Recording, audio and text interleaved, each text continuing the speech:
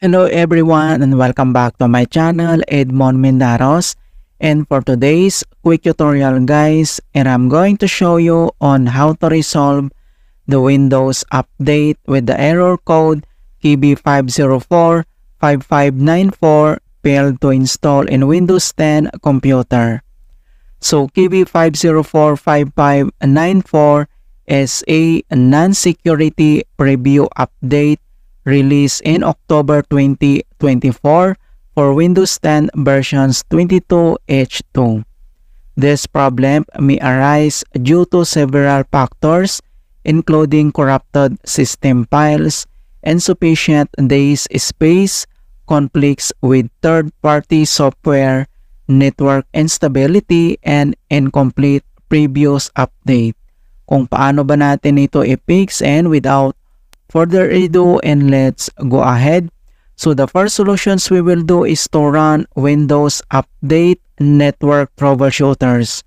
Kung paano ba yan natin gawin, all you have to do is to open up on a search menu. And dito sa search for app, so type mo lang dito yung settings. And then click mo lang dito yung open. And dito lang sa left side menu, and then select mo lang dito yung system. And then dito sa right side ay scroll down ka lang and then select mo lang dito yung troubleshoot.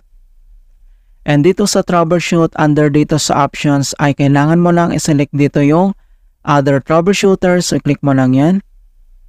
And then dito sa most frequent ay kailangan mo lang i-select dito yung Windows Update. At dito lang sa right side, kailangan mo lang i-click dito yung run. And wait natin na ma-complete yung detecting problems, initializing, and diagnostic process. And then troubleshooting has completed, and then kailangan mo lang i-follow dito, alright?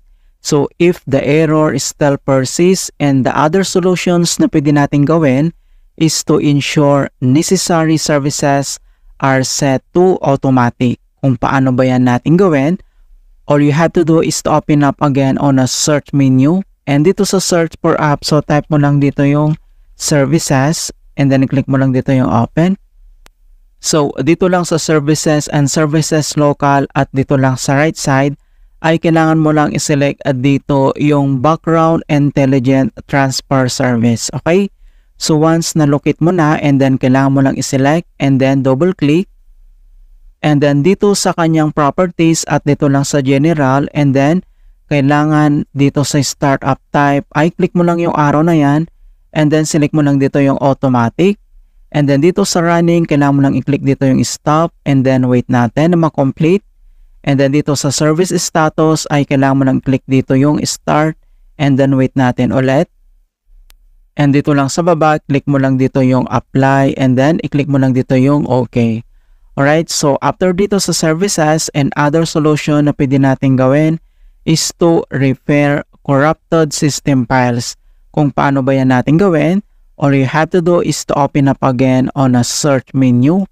And dito sa search for app, so type mo lang dito yung CMD or ito yung tinatawag na command prompt, and then kailangan mo lang mag right click and select mo lang dito yung run as administrator.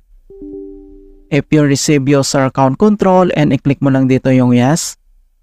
And dito lang sa administrator command prompt ay kailangan lang natin i-enter yung command keyword na dsym /online/cleanup-image /restore health. So copy lang natin yan. And then dito lang sa taas, kailangan mo lang mag right click and select mo lang dito yung edit. And then i-click mo lang dito yung paste, or pwede mong gamitin yung keyboard shortcut na Ctrl+B and then click mo lang yan. And then press mo lang yung enter. And deployment, image, and servicings and management tool. So dito ay kailangan lang natin hintay na makomplete ang verifications into 100%. And the restore operations completed successfully. And the next command keyword na kailangan natin i-enter ay type mo lang yung command keyword na sfc /scan now. So in all small letter lahat, and then yung /scan now ay one word yan, and press mo lang yung enter.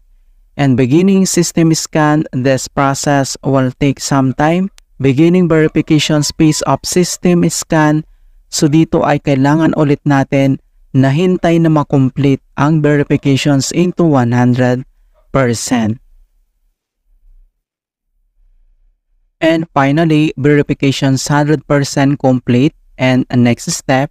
So close lang natin tong CMD at dito lang sa start menu at kailangan mo lang mag-restart. Okay, click mo lang ito. Alright, so ganoon lang po kasimple on how to fix Windows Update with the error code KB5045594 failed to install in Windows 10. And please don't forget to like this video and subscribe to my channel for more quality content. Thank you guys and see you in my next tutorial.